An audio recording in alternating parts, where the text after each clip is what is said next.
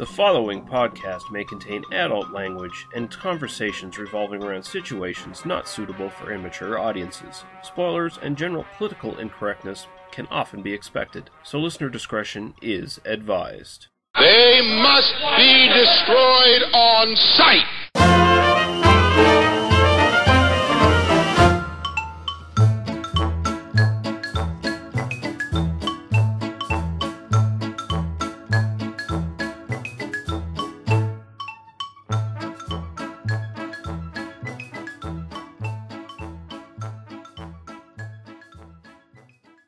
Not drinking. I'm actually just drinking some water right now. So, Are you? Yeah. Yeah, I don't really have any beer in the house. I kind of drank everything last night. I don't have zero beer in the house, but I only have like big like imperial stouts and stuff that I'm not drinking that right now. Yeah, I've got no beer left either. All I've got is 2 bottles of Lafroig to choose from. So I do have some whiskey. I could do some whiskey, but I'm okay without alcohol right now. Again, it's one of those like when you've been drinking all day. Sometimes you're just like, what? Yeah, I know. I need to. I don't need it. I'm good. Yeah. I had one of those days the other day. There, I visited my best friend. He moved back to the valley, so I was up at his place, and we got pretty lit up. So, that's awesome. Yeah, anyway, we are now live. We're back again. I got one of my co-hosts with me, at least, and it's been a little while. They Must Be Destroyed on Sight, a movie podcast. We're back, and it's me, Lee Russell, your charming, endearing host, and my charming and awesomely endearing co-host, Daniel Harper, is finally back with us. So how you doing, Daniel? I'm doing fine. I don't know if I feel like you're kind of coming on to me just a little bit, with the, calling me charming and very endearing, I think, something like that. But well, I'm not complaining. I mean, it is Pride Day here in California. There you go. We're good. No problems. Thematically, we're good. Tonally, we're good. Yeah. Emotionally, excellent. All right. Yeah, we're back, and we're actually finally getting back to our sex comedy series, which is awesome. We've only got a couple episodes left to do, and I think we have 2 pretty interesting films this time around, and I think just by sheer coincidence, they actually kind of fit each other thematically in certain ways as well. It was just sort of by lucky happenstance. I didn't plan it at all. So I think it was interesting watching them back to back and kind of going, there are some, beyond just the fact that they are titties. There are a couple of running themes going here, and I think it will be interesting to kind of talk about them in comparison to one another. But before we get to that, I'm going to go to one comment we had from the last episode I did, intermission number 4, I guess it was. Had a comment from our other co-host, Paul. He said, Invaders from Mars and The Fly were remakes. The Thing was actually classified as a sequel by John Carpenter, and I actually disputed him on this because I think he just had bad information there, because from everything I've ever seen, John Carpenter said his Thing was strictly a remake. He says he doesn't care for remakes as a whole. I would if they would only sparsely do them and do them well, but the last 15 years has been shit storm barrage hailing down from corporate mountains, cascading in bung ball hail and smashing holes into the integrity of the film industry as a whole. But he says, continue with my intermission episodes, apparently. So I only mentioned this comment because I responded to him on the actual YouTube page where he posted a comment, but I just wanted to mention it because of the Thing reference. I'm going to be doing something here soon. I'm writing up a blog post that is going to be posted on Slaughter Film, our friends at Slaughter Film, Corey Carr and Forrest Taylor. They do something called, I guess it's Summer Film School, something along those lines, where they talk about documentaries about movies and generally horror movies. So I'm going to be writing up a blog post about the documentary that comes on my version of The Thing DVD, Terror Takes Shape, John Carpenter's The Thing. So look forward to that. I'll be posting links and stuff and pimping it once I finally do write it and it gets posted. It will be posted sometime in July. That's when they're doing the film school summer, or summer film school, however they word it. And yeah, it was very nice of them to ask me. They just, out of the blue, Corey Carr asked me if I wanted to be included in it. They just did it themselves, but I think they're trying to get more bloggers and stuff into this. So very, very cool. I look forward to doing it. And hopefully once I do write it and post it, people can go read it, and hopefully they'll enjoy it and also enjoy the other ones that the guys from Slaughter Film have done. So that'll be really, really cool. Yeah, no, that's awesome. On the topic of remakes, obviously most film fans, I think, would say just go revisit the original film instead of trying to remake something. That remakes are typically made out of a desire for some, commercial title recognition, some Q factor that they're chasing the buzz on. I do think that there is a place for remakes of bad, movies that were not really effective the first time. Mm-hmm. I think one of the great kind of remakes of the last 20 years would be Ocean's 11, where I think the original kind of just didn't age well. It just wasn't. But I think the Soderbergh version with Clooney and Pitt and all the others was actually a superior version of that story. So they can be done and they can be done well. But it's certainly not something that where we see this, especially in horror. I think they're just constantly remaking these films just because there's some name recognition out there that they want to try to pull in a few $1 million in box office receipts. Yeah, I think that would actually be a good future show for us to do. Maybe even sometime in the summer while we're in between sort of themes and stuff. Maybe to come up with a list of remakes we really like and maybe ones that we thought were really super garbage, like really bad. I remember back when I Am Legend came out, the Will Smith I Am Legend, that the AV Club did a long piece essentially comparing all what is it, 4 or 5 versions of that film, something like that. 1, 2. There's technically 4 because I think the Asylum made one before I Am Legend came out to theaters, because they have a habit of doing that, right? They make real cheap, quick-to-video cash-ins on big blockbusters. So right, yeah, but they did a kind of a long piece that compared a bunch of the different versions, and including talking about the original Richard Matheson novel, which I thought was a very well written piece. So you can definitely go Google that if you're so inclined. But I think it is possible to remake something, but I think that really you have to have an original idea, and you just have to push it in a new direction, or have some reason to kind of bring it to new audiences, or kind of more modern audiences. I think that it's there's really very rarely a creative decision to remake something. It's usually a natural consideration.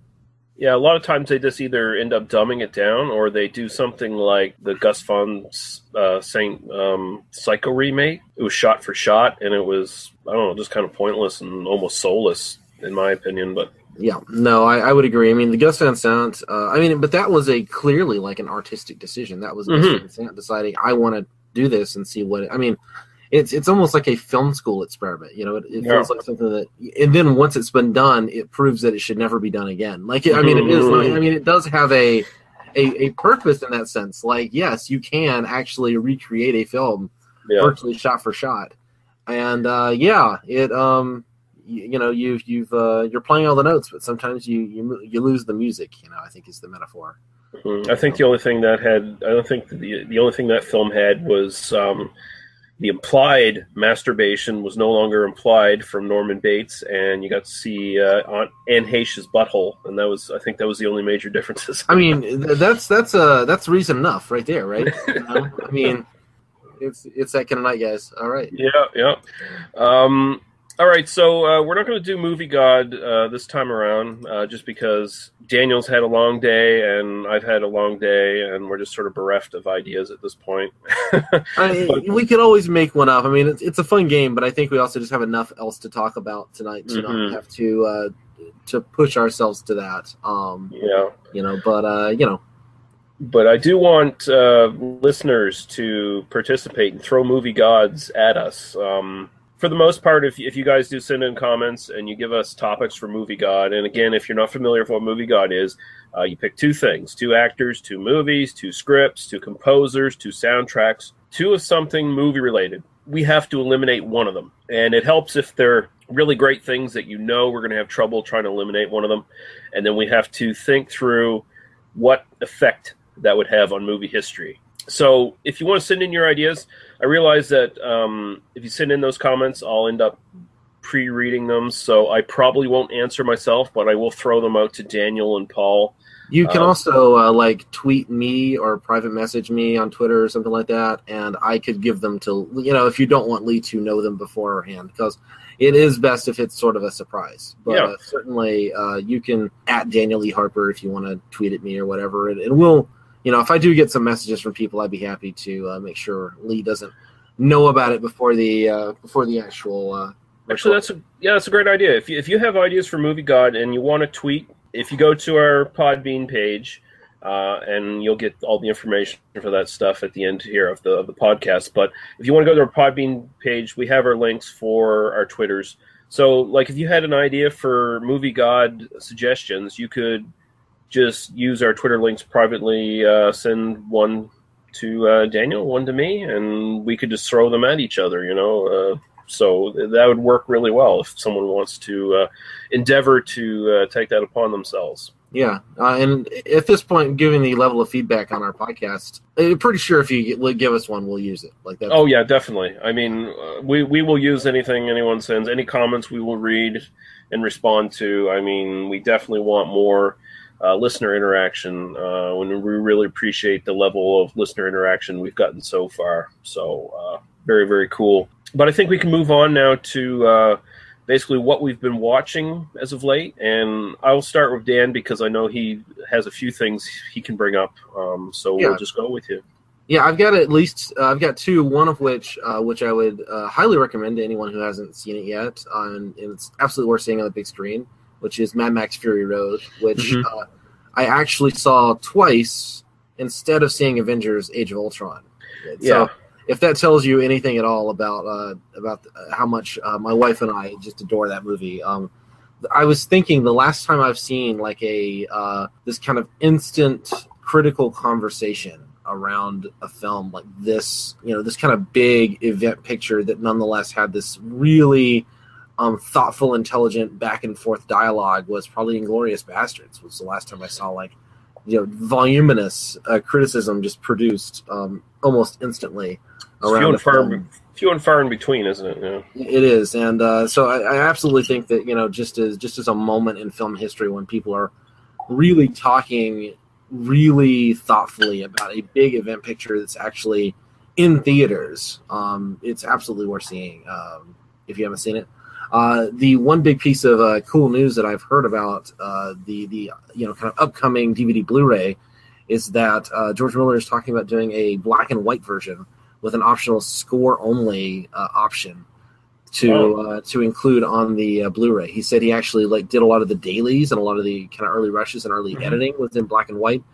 He believes that's the purest version of the film, and he wants to make that available to fans of it. So I'm really hoping that feature exists, and that would actually be something. I don't buy a lot of Blu-rays. I usually just buy DVDs, so I'm going to buy a film. That would be something worth springing for the Blu-ray for, because I think that would be cool. Yeah, amazing to see in black and white. So just wanted to bring that up. If you haven't seen that, absolutely see it. The other thing that I saw, which Lee is probably going to chastise me and never let me on this podcast again, is so if you had asked me 2 weeks ago, Daniel, what do you think of The Good, the Bad, and the Ugly? I would say, oh, it's a great film. I saw it when I was a teenager, yada, yada. I haven't seen it in a long time. I believe I have never seen The Good, the Bad, and the Ugly until last week, because I saw The Good, the Bad, and the Ugly on the big screen at the Alamo because it was playing. And I have to go, that's a great film. It's amazing. I think I've actually seen the two previous films in the series, but I don't think I ever actually saw The Good, the Bad, and the Ugly because I do not remember this at all. And there's stuff in that film that is it's such a rich thematic text. Yeah. It was the kind of full extended edition, the nearly 3 hours long version. Really, really brilliant film, kind of about violence and the way that we use violence, and set on the backdrop of the Civil War. And just a real masterpiece. I still think that Once Upon a Time in the West is my favorite Leone film. Same here, yeah. But I truly would have believed that I had seen that film, and I don't believe I actually had. So, the recommendation, if you haven't seen The Good, the Bad, and the Ugly, or maybe if you believe you've seen it, maybe you should go see it anyway. And seeing it on the big screen was absolutely the way to see that film. for the first time, which I didn't believe I was doing when I sat down for it. So, I'm sorry to put out the controversial opinion that The Good, the Bad, and the Ugly is a masterpiece or anything, but that's how we play it on this podcast. Is really going out there and going against the grain of film criticism. You elitist. I could see how you would have thought you might have watched it. Like, if it's something that, if you haven't watched some of those Leone westerns in like 10 or 15 years or something like that, you just kind of think back to them. Fistful of Dollars, and for a few dollars more, they're fairly similar to The Good, the Bad, and the Ugly in the sense that Leone worked out basically all of his stuff from the first two movies and kind of perfected them in The Good, the Bad, and the Ugly, and then he went on to make the fucking magnum opus afterwards. Right.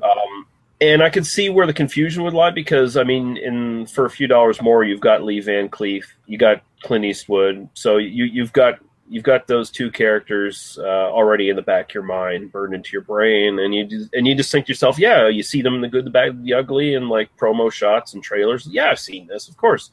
I think it's more like it's sort of one of those things that growing up, they were always on like TBS and TNT and that sort of thing, and just kind of like it's, to me, like in my memory, they're not like separated as three films. It's just kind of like, oh yeah, I've seen those films, Mm-hmm. Yeah, no, it was definitely a weird experience to be like, because I brought Shayna.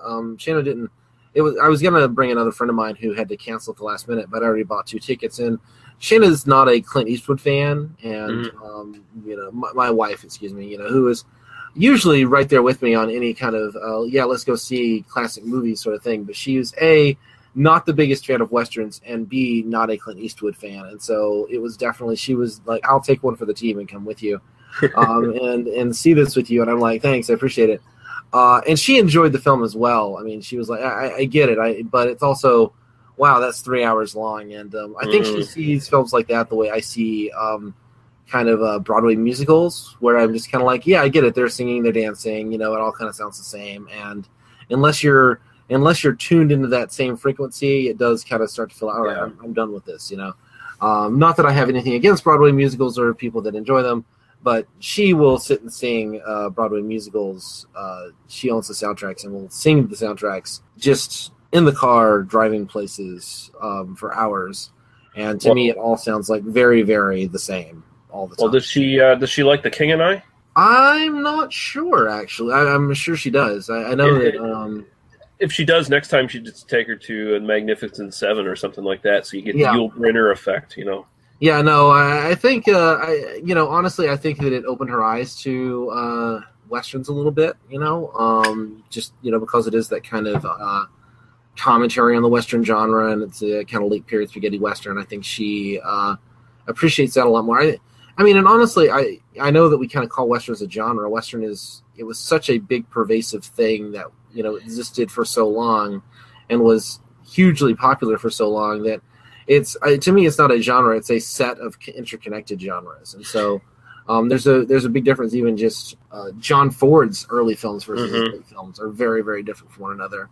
And, Leone's his own genre in and of himself. And, when you get to, like, Preston Sturges, and the stuff that he was doing in the 50s and 60s, Peckinpah's. I mean, it's hard to kind of class all those as one thing that you can either like or dislike, honestly.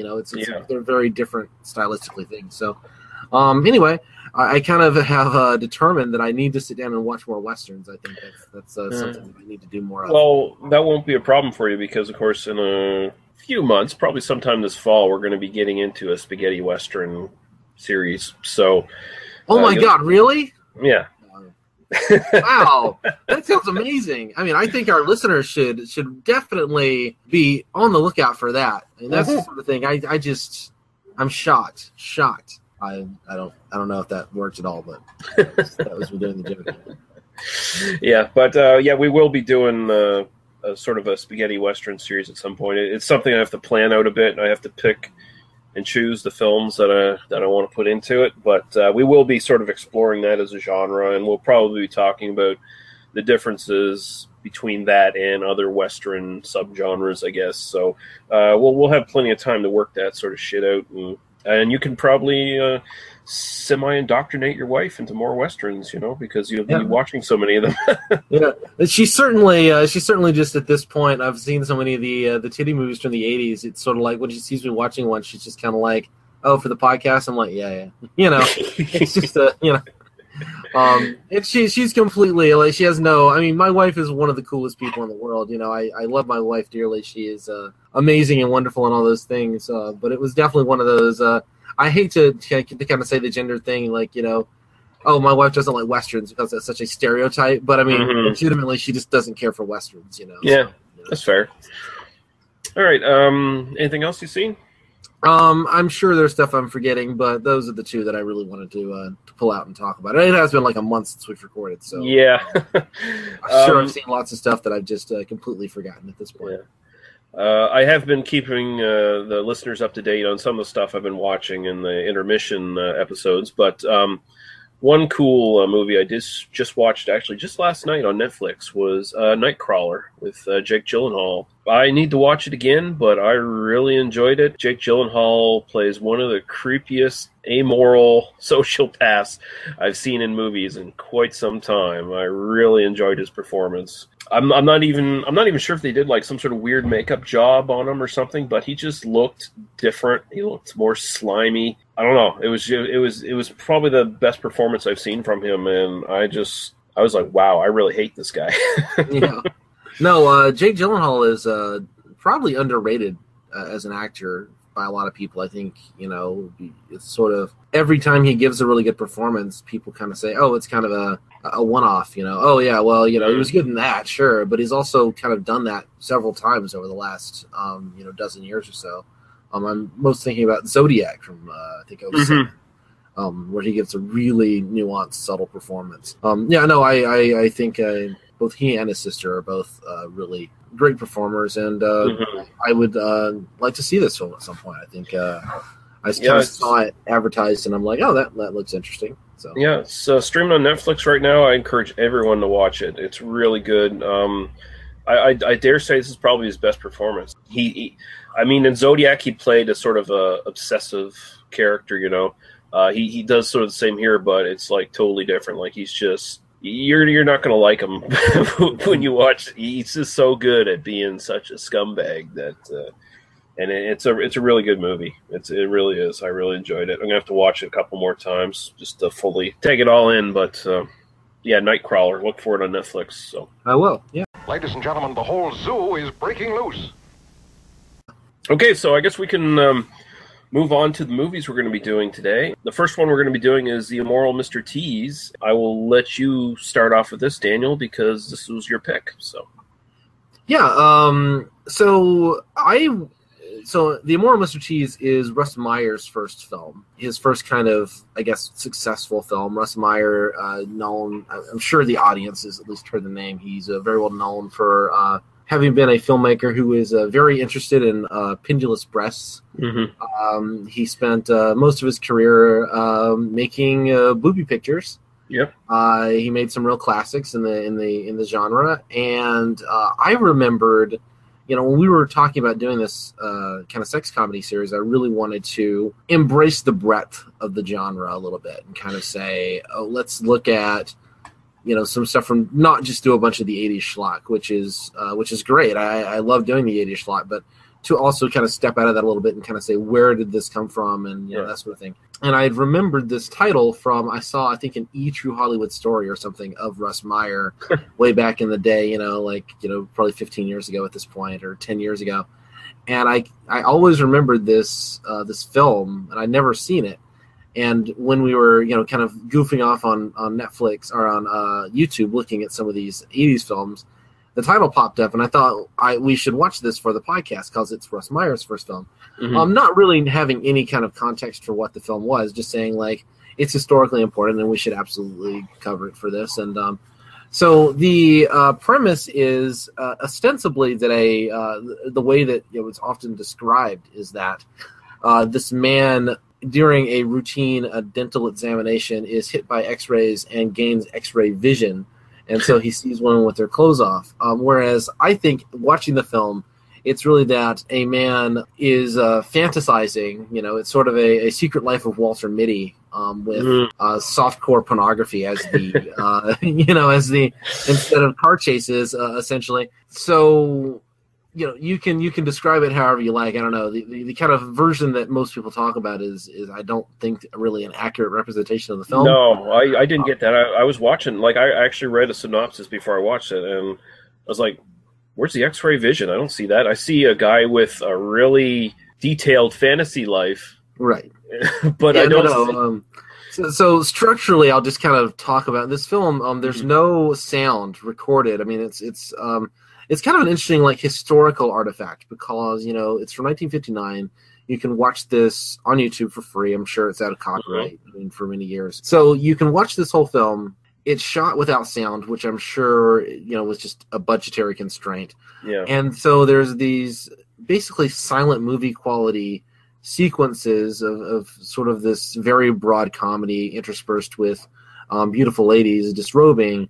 And then over the top, they've kind of interspersed this very dry, factual, sort of 1950s documentary style descriptions of kind of what's going on. Yeah. And sometimes this very modernistic take on, like, sort of this wry commentary, because at one point there are the three ladies in the rowboat naked, and I believe the dialogue on top of it says something about, like, the amount of tonnage produced by the American shipping industry is 42 billion tons a year, or something like that. Like, they're doing these very, it feels very modern at times like that, while obviously being this very kind of its time piece, because there really is no overarching plot to this except, this guy, fantasizes about these ladies and has what are really very tame sexual fantasies. I thought an interesting film and obviously historically important. What did you feel watching this, Lee? Well, 1959, so you're right, very tame now by our standards, but I believe this was the first film that was, like, dubbed pornography that sort of made it over into the mainstream cinema. It's kind of one of those, historically speaking, it is kind of one of those points at which you can kind of see where the modern, where this kind of modern film comes from. It's worth talking about in kind of preparation for this. I did do some research on the Hays Code, the pre-Hays Code films, and then kind of because this is sort of a response to that, and one of the things that eventually led to the Hays Code being abolished and the modern MPAA being established. Yeah. The Hays Code, for those who don't know, was in the early 30s. See, before about 1930, there really wasn't any regulation about what you could show on cinemas, and so you can see some of these old films from the teens and the 20s, and there was actually, there's hardcore pornography out there, but there's also just a lot of kind of nudity. It's pretty tame by today's standards, but there's certainly, like, there are just comedies that have a lot of nudity in them from like 1925 or whatever. So a bunch of moral busybodies got together. They did the Hays Code, which was sort of this quasi-legal. It was sort of an organizational thing. It was basically the theater chains getting together and, like, banning certain practices that they wouldn't show in their theaters. And it was kind of state by state. This was kind of the first, like, big kind of federal level, in the United States sort of thing. And they kind of clamped down on stuff. And they not only clamped down on things like nudity, but they clamped down on certain kinds of material you couldn't show. The Wikipedia article about this, I was reading it before we sat down to record. I'm not going to read from that, but it's a really good summary. But things like you couldn't do material about adultery, for instance. Like that was like it's a taboo subject from about 1934 to kind of the early 50s when you started to see filmmakers kind of push against those boundaries again. You really didn't do a lot of that kind of stuff. It was very taboo. What the real importance of Russ Meyer is that he's not making hardcore pornography, which never really went away. In conversation, I know Russ Meyer largely because I'm a big Roger Ebert fan, so I have read a lot of stuff that Roger Ebert wrote about Russ Meyer because they were close friends for many, many years until Russ Meyer died. At one point, Roger Ebert asked Russ Meyer, so why didn't you make hardcore? Like, why do you do the girly films like these? And Russ Meyer said, well, there are two reasons. One is that the hardcore industry was controlled by the mob when I started making films. And you had to be connected to the mob in order to make hardcore, or they come and break your legs. And two, Russ Meyer personally just had no interest in anything that happened below the waist. He was very much a tip man, and that's he was a boob man. Yeah, that's all he wanted in his films. He loved big tits, and he could not lie. That's just the reality. And it definitely shows in his films, and particularly in this film. Mm-hmm. So that's kind of the historical background. So you did see in the 50s and the 40s and 50s, you could see kind of nudity in films, but it was always in kind of a documentary format. Yeah. So like the nudist films, the naturist films, I mean, basically you would take a camera to these nudist camps, you would film them ostensibly as a like, oh, look, nudity, and let's learn about this culture. But really it was just an excuse to get some naked asses on screen. Largely, I mean, I kind of see the later on in the cable kind of era, the Real Sex series. If you remember that, if you grew up with that the way I did. Where, it does have an educational purpose, but it's kind of also there just to be spank material, and some of those definitely hewed that line closer than others, but Immoral Mr. Cheese is one of the first of the films that actually was not a kind of documentary, even though I think it draws a lot from that kind of mindset in the way that it's shot and the way that it's filmed. I mean, there are kind of long sequences that basically do have kind of a documentary. These are just women walking around in the forest kind of attitude. So it's ostensibly not a documentary, but it's also had nudity of this kind that was in violation of the Hays Code. So this kind of historically important film, even though I think you watch it today and there's just not much to it. So anyway, I feel like I've been talking forever. So that's the historical background.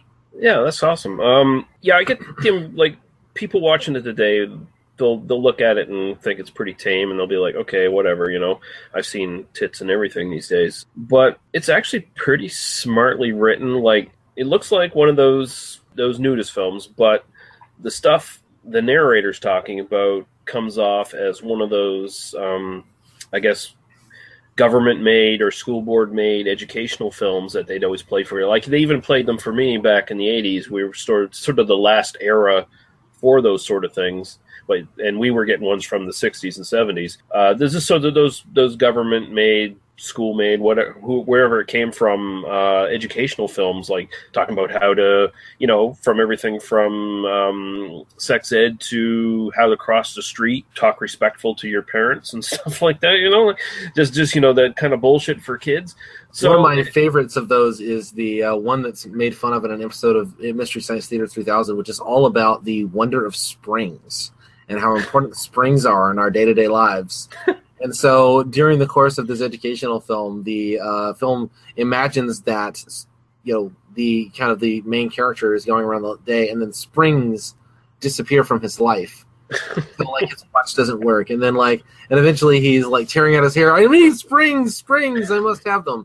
Anyway, that neither here nor there. But yeah, and it's funny because, when they put the dialogue and you put it counterpart to what you're actually seeing on the screen, you realize that the dialogue is actually like double entendres and smartly written little jokes. I mean, you're not necessarily laugh out loud funny jokes, but there's some sly little bit of humor going on in there. I think that elevates the film well beyond what it is just at face value, which is basically the same skit over and over again of Mr. T's fantasizing about a woman being nude because he's looking down her ample cleavage, and then in the second half of the movie he gets to see her nude via his daydreams, right? But that is essentially the movie. He goes out and gets his tooth pulled and has some daydreams about women. Then he goes and sees a psychiatrist, has some more daydreams about women, and eventually sees the psychiatrist nude at the end of the film, and that's about it. Interestingly, I mean, I was watching this and I kept comparing it in my mind to Busty Cops, which we did in a previous episode, and ironically, a much better film just as a film than it actually has kind of an idea and a plot behind it, even though it really is just functionally very similar. It exists to show you lots of nudity and to do it in a fairly tame way, but I think much more entertaining. It's actually one I won't say I sat and watched the whole thing all the way through, and it's only like an hour and 12 minutes long or something like that. I watched it in 2 or 3 chunks. I mean, but it was definitely kind of an entertaining, like it was interesting enough to kind of keep me engaged. So worth watching. I think it's fun. I mean, it's it's not going to change your life, but it's worth seeing if you're interested in kind of the history of like where this came from. It's absolutely kind of okay. Like this is what it is. So. And if you're a Meyer completist, then you definitely need to see it. And I think the neat thing is you can sort of watch this and you can sort of see where certain other movies afterwards sort of took off from these sort of ideas. Like the whole this movie sort of made the nudie cutie genre, which started more fictional movies about nudist camps and stuff like that, and things of that nature, and women running around, men imagining women with their clothes off. I think there's probably direct connection somewhere to the Carry On films in the 60s and 70s to some extent. And then Benny Hill, I think, owes a lot to Russ Meyer. Absolutely. I mean, you could even, Playboy had started a few years before this, and in fact, as we were I want to put researching in air quotes here, but before we started recording, we were researching a bit about this film and doing some Google image searches, and one of the actresses in the film had actually appeared in Playboy, and she became more famous kind of after this film. She was actually in an uncredited role, so it's worth kind of going to the IMDb page and checking out some of the people in this film. None of whom did anything of any importance except for. I've actually got her up here. So was it Jill Wilkinson or something? June Wilkinson, who is, if you do a Google image search for her, is stunningly gorgeous, and definitely one of those va-va-voom girls. And I say that with all respect, honestly. And you don't see anything but her torso in a window in the film. Yeah, no, that's it. So good times. There's not much else to say about this film, I don't think, except I enjoyed watching it. I don't know that I would sit down and rewatch it again, but a certain kind of party I could see throwing it on. Yeah, I mean it's something you probably should watch if you have any interest in these sort of films at all. I believe it's also on a bunch of the kind of multi-pack DVD sets. When I was Googling this film, it kind of popped up a bunch over and over again. So. Probably easy to get your hands on, even if you don't want to. I mean, if you do want to own it, it's probably easy to. Yeah, but there's. I can say that for certain that the print on YouTube that is currently on there is pretty much as good as it is. I don't think it's ever been really restored or anything, and it looks pretty good. It's a 1959 film, and you can see everything clearly. It's a low-budget film from 1959 that no one has ever restored. I mean, the fact that it even still exists is sort of testament, I think, to its enduring historical legacy. I can imagine this is one of those films that Hugh Hefner would have played at the mansion in the 70s. Probably. Anyway. All right, so I think we both give a little recommendation to that one. Give it a shot. It's 63 minutes of your life. I mean, yeah. There are worse ways to spend 63 minutes. Yeah, you could watch Busty Cops again. You could. No one should ever watch Busty Cops again. My God. Yeah. I still feel bad about that one. That was awful. Oh no, it was worth seeing once, maybe. Maybe. Certainly don't watch Busty Cops 2. Don't move on from the Busty Cops franchise. And anyway, ready to move on, I think. Yeah, we'll move on to the next one. This is my pick for this episode, and it is The Party Animal from 1984, directed by David Bayard, I think. It's Bayard or Beard, one or the other. I don't know how he's pronouncing it. And also, I think there was another director before him on this, Harvey Hart, and I think Mr. Bayard, I'll go with Bayard, replaced him. Interestingly enough, I remember talking to you a little while ago, and you're saying you watched My Chauffeur. I actually watched the first half of that. I haven't finished it yet, but because it's kind of one of those streaming, and it just kind of all right, and I never just kind of got back to it. My Chauffeur, a lot of the same production team was behind that one. I think I might talk about that one a little bit in just a future episode once I've had time to finish it. But a lot of the same actors, or at least some of the same actors, and a lot of the same kind of aesthetic going on in My Chauffeur. I think as we get into talk about The Party Animal, I think My Chauffeur is a more traditional film. It's got a lot more of a kind of a through line in terms of a story than The Party Animal. But might be getting ahead of ourselves a little bit there. So please continue. Also written by David Baird, starring Matthew Causey as Pondo Sinatra. That's quite the name. Which is, wow, what a name, yes. Yeah, Timothy Carhart as Studley. Actually, another quite the name for this film. Jerry Jones as Elbow, and Jerry Jones is actually fairly notable as he was in, I think he had something to do with the production, and he also starred in some of the Dolomite movies, blaxploitation movies with Rudy Ray Moore. And the rest of the cast really doesn't matter, and you'll probably find out why once we talk about the film here quite a bit. But Matthew Causey as Pondo Sinatra. He's actually an assistant professor at Georgia Institute of Technology and a guest lecturer at the Drama and Trinity College in Dublin.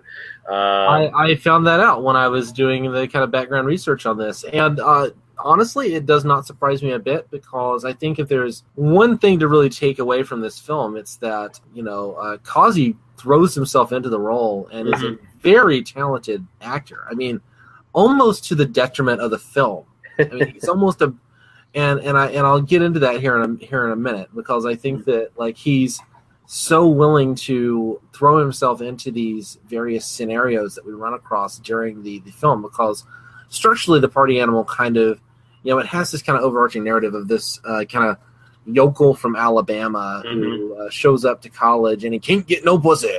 Exactly. And, which I say in that way just because that's pretty much the way it's described in the film. Yeah.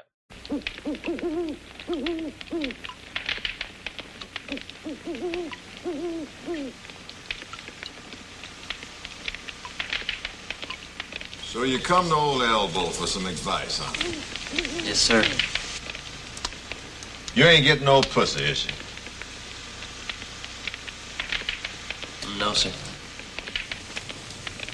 Why you think we call pussy pussy? Well, I don't know, sir. 'Cause it's furry? No. 'Cause it's warm? 'Cause it scratches when it gets angry?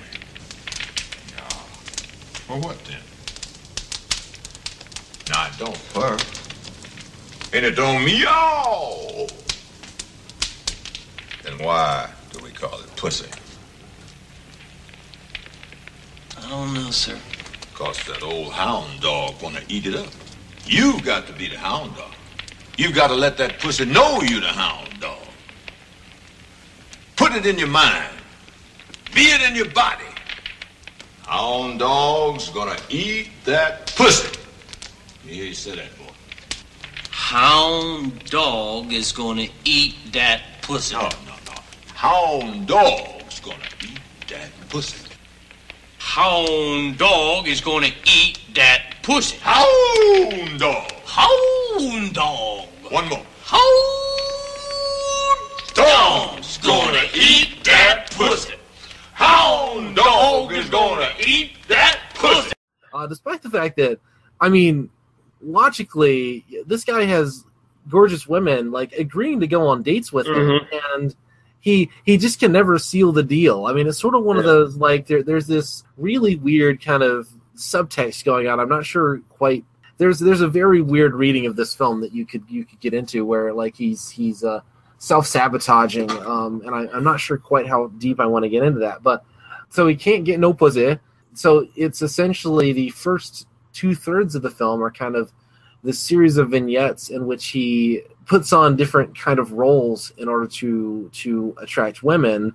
And you see this actor really transforming himself over and over again in very convincing ways from this kind of Pondo character to the various different versions. So you get him kind of cross-dressing and, doing the strip poker thing. You see him as the kind of Quasimodo type character who has been transformed by the punk rock crowd, which is insane. Anyway, you see him in the drug-fueled haze. You see him kind of putting on these different roles, even wearing out-and-out Napoleon complex costumes during certain sequences.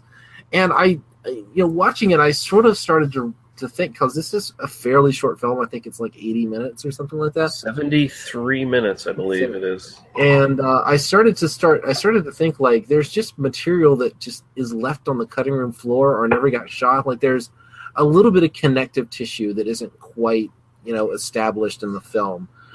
Which I don't think hurts the film necessarily, because it still kind of delivers what it's meaning to deliver. But it definitely feels disjointed at times. But Causey's performance is amazing. I mean, I totally believe that he is a full-blown professor of acting and drama, because he's actually really amazing in the film.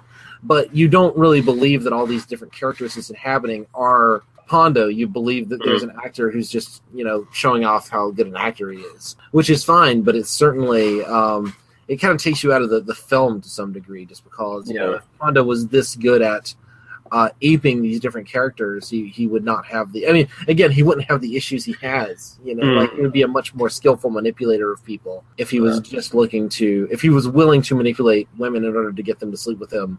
He would be much more effective at doing so without having to go through these crazy schemes.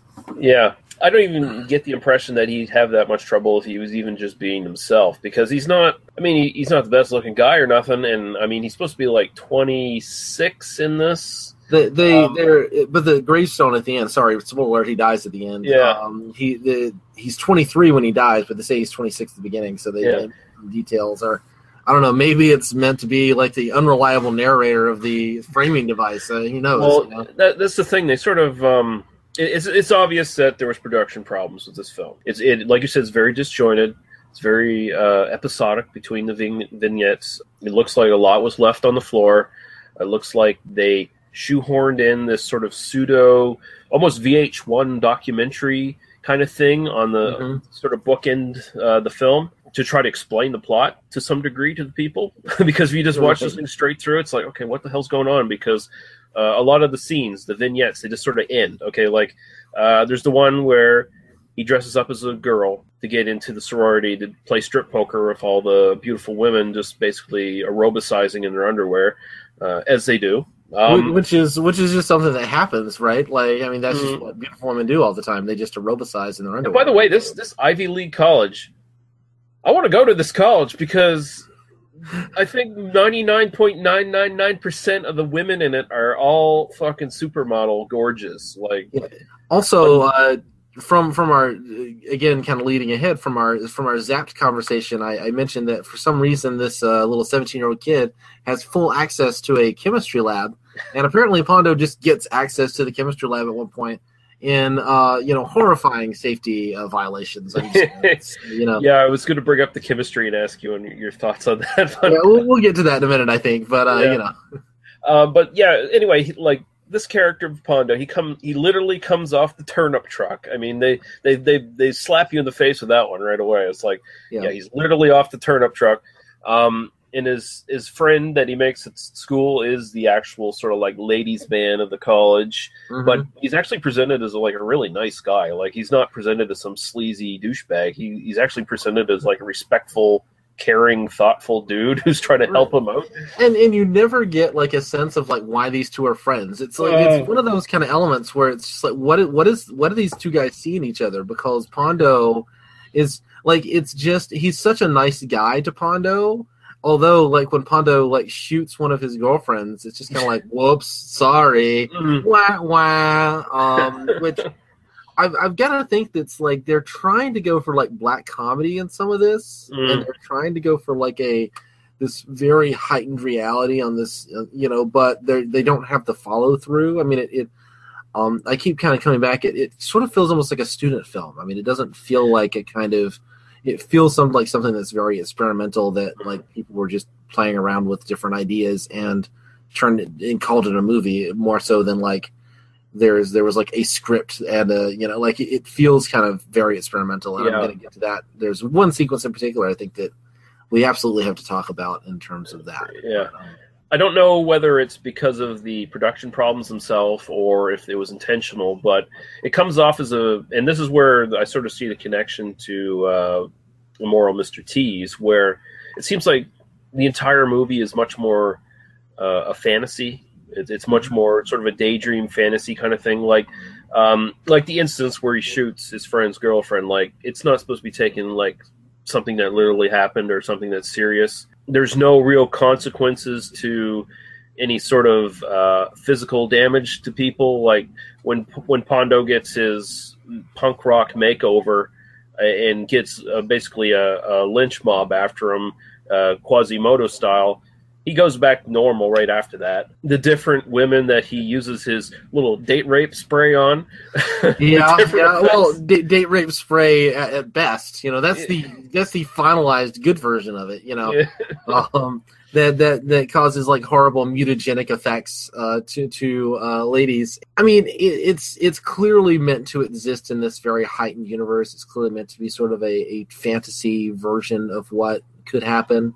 No one's really taking it all that seriously. And it's such a kind of, I mean, I think I kind of might have a bad reputation on this podcast for kind of bringing up things like the fact that there is a lot of rape in these films, and there's a lot of, kind of, I mean, I understand that like no one making this film was like meaning to kind of have it, was meaning to write this guy as a sleazy douchebag necessarily. But I do think it's worth, kind of talking about as we talk about these films. But, it's hard, because when we talked about, like, The Van, for instance, and there's a very, like, overt rape sequence and the lead character kind of just does it and doesn't, like, nobody really cares all that much. Whereas, but that's meant to take place in something resembling reality, whereas this is so clearly kind of a frustrated sexual fantasy. Yeah. It's very clearly, like, what's going on in Pondo's head. As he can't get laid, almost like if you view it on that level, Pondo is what Pondo tells himself about the world around him, and his fantasies about what he would like to be able to do if he could. It's still kind of a I mean, it actually becomes more disturbing because then it becomes this kind of troglodyte who is unable. I'm from Alabama, so I can make fun of kind of some of the stereotypes, but you get this kind of ignorant cultural character who is fantasizing about being able to destroy people's lives effectively in order to get laid. So if you view it on that level, it actually becomes a very, very dark film. But I don't think that the filmmakers kind of intended it to be that way. I do think it's intended to be kind of more dark comedy, but they don't really have the follow through to really pull it off. It's a really fascinating film in a lot of ways. It's pretty obvious that it's not supposed to be taken serious. Like, there's stereotypes abounding in this one. I mean, there's the scene where, and it's a typical 80s gag you see in a lot of films. Like, you see it everything like Weird Science to Animal House, where it's like the white guy walks into the room full of black people and does every possible offensive thing he could. Right. I had to blot that from my memory momentarily. Thanks, Lee. I appreciate that. I think we can move on to the well, first off, I'll just say kudos for the Cyrano de Bergerac scene, the little nod to that. And the year before Roxanne, for that matter, which I thought was, I actually love Roxanne, the Steve Martin film. And this actually predates that by, I think, a year or two. So, kudos to the filmmakers. Yeah. I want to move on to the sex shop scene, because I think if any of the filmmakers are still alive, they should be looking to sue Kevin Smith at some point, because this felt just like Clerks. So just to set this in context, I'm watching it. I actually had to search quite hard for this film because the link you sent me didn't work in the US. Oh, really?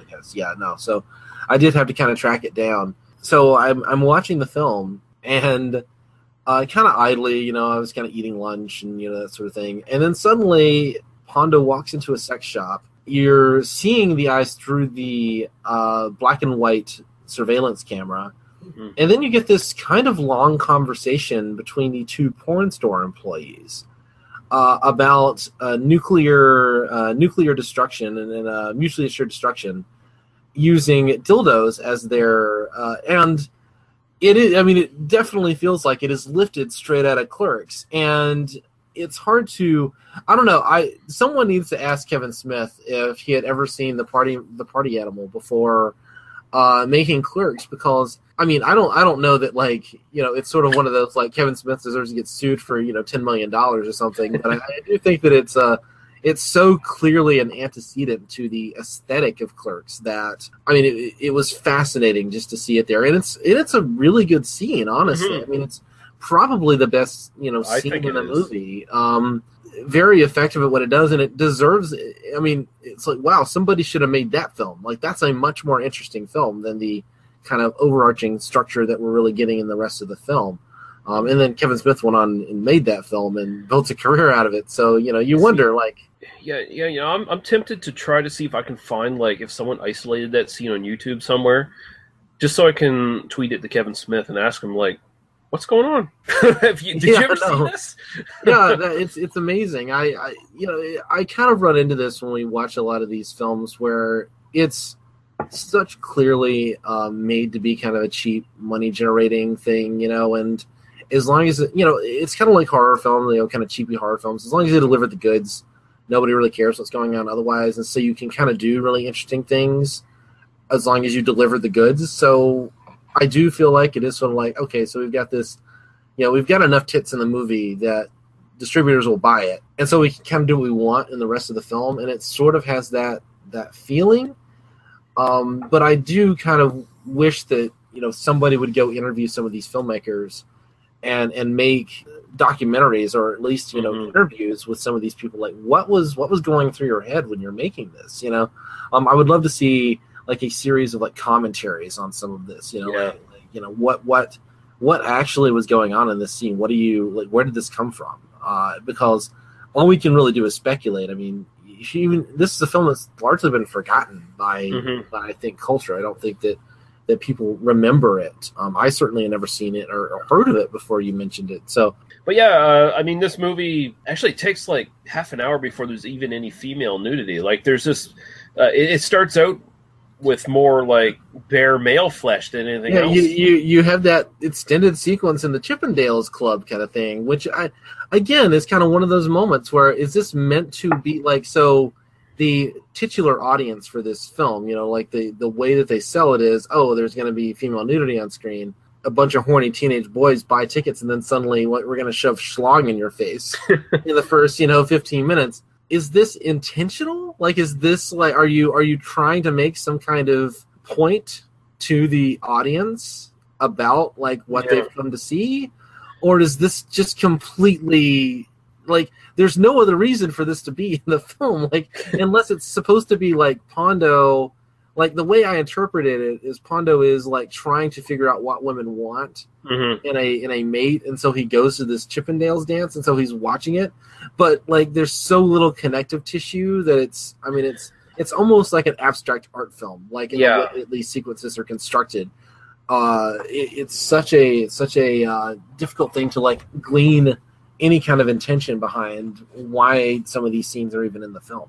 See, that's the thing; it leaves you guessing. Like, I interpreted it as extension of his feelings of inadequacy, right? Like, where he's seeing all these buff dudes dancing around, and these women are just throwing themselves at them. And then, like, later on, when we finally do get to the female nudity, and how I said, like, every girl in this college is like A++ supermodel. It almost feels like, again, that kind of his desperation and just the fact he's such a loser with women, that any woman he sees becomes a hyper extended, version of what they really are. Like, he's almost, every woman he sees is like this fantasy version of, of a woman, because he's just so pained and blue-balled at this point. It would be amazing to see like a more serious, quote unquote serious version of this. That's actually sort of a are you familiar with the name Anders Breivik? He's the misogynist dickbag who shot up a bunch of youth camps a few years ago. And I was kind of watching this film. I was sort of seeing like, well, a Travis Bickle style like look into the psyche of like a character like this, of a man who feels like he can't get with women, who probably in reality could have gotten with many women, but he feels like he can't. And his descent into madness that leads to violence could actually be a really fascinating like modern day film. I mean, you could absolutely do that. It would be a tough nut to crack in terms of like finding a market for it, I think, and finding, but it was kind of fascinating. Like the the ideas in this film, or the things that this film made me think about, are much deeper than the film itself. Yeah. Ironically enough, which gets us to, I think we're wrapping up. Or I'm not trying to force you to end the podcast or anything, but getting towards the ending of the film, which is sort of, I mean, if you're saying that the black and white scene kind of presages Clerks, that Kevin Smith ripped that off. I think the final, kind of third, the final 20 minutes or whatever, where where Pondo's working on the kind of love potion, ripped off by Love Potion number 9, which is I don't know if you've seen that film. Was that Sandra Bullock in that? Sandra Bullock before she was famous, and that's absolutely. I mean, if you want to talk about date rape the movie, that is what Love Potion number 9 is. Like that is, it is straight up. We made this thing, and we can just fuck everybody, sort of thing. So it's Sandra Bullock, and I forget the name of the other guy, but they basically they make this sort of love potion that when you speak, like if you take the potion and then the opposite sex hears your voice, they are immediately attracted to you.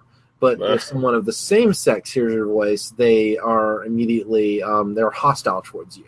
Oh. So in this sort of like psych bullshit, Evo psych, kind of thing, they make up some explanation for it. But that film very much has. I mean, it even has like the hero with this drug goes to the sorority house sequence. Like it's virtually Love Potion number 9. I mean, the first third of that film is kind of the same structure as the last third of this film in a lot of ways.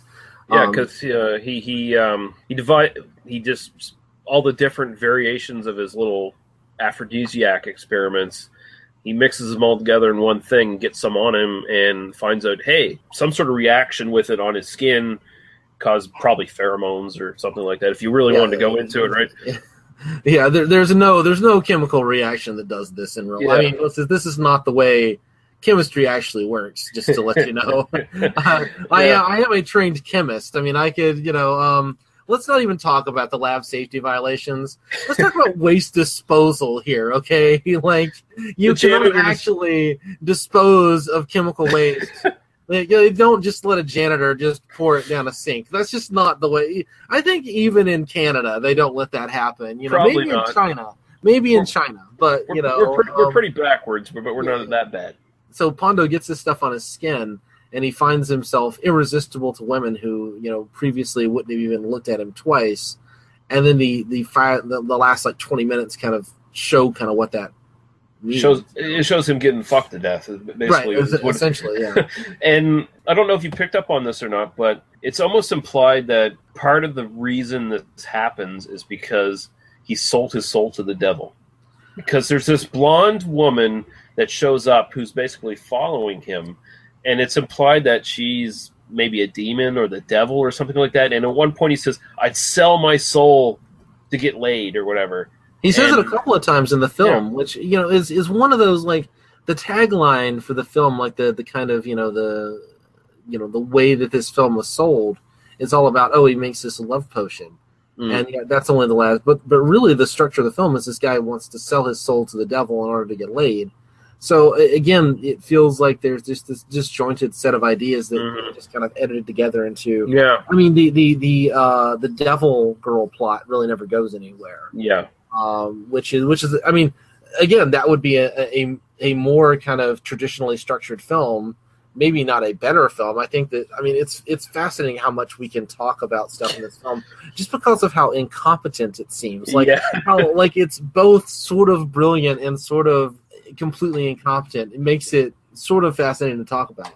That's why I suggested it to you, because I was telling you, it's like this. I think when I first suggested, I just explained this weird film. I have no idea if it's really good or if it's really bad, and I just I want you to watch it and talk to you about it because I just got it. Like I bought a 4-pack of films, like Weekend at Bernie's on it and Hot Dog the Movie and stuff like that, and it just happened to be packaged with it, and I watched it, and I was like, what the fuck is this?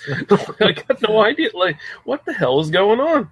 Yeah, and definitely. I mean, again, I would love to see somebody like interview some of these guys and just like what was going through you guys' heads when you're making this thing. Yeah.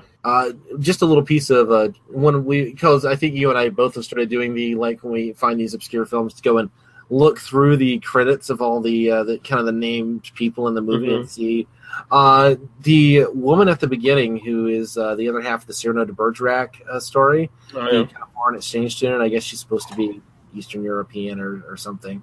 That woman is a working Foley artist. Oh yeah. Yeah, she has like literally hundreds of credits working as a Foley artist. Like that's what she does for a living. By all intents, by anything that you can imagine, it's sort of like one of those like, well, you go like that. That's pretty awesome that she, that's what she does. It's pretty cool.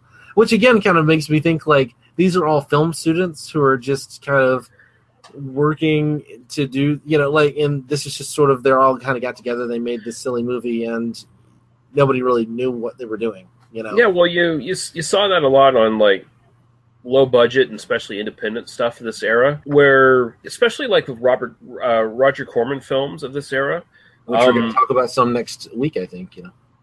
Roger Corman would hire in writers and stuff like that for films, and he'd be at the same time he'd be trying to pitch to them, would you like to act in the film as well? Would you like to do this in the film as well? A good example is like Rock and Roll High School, where they brought in some writers and they got them to play parts in the film as well, and probably for free, because Roger Corman is a noted cheapskate.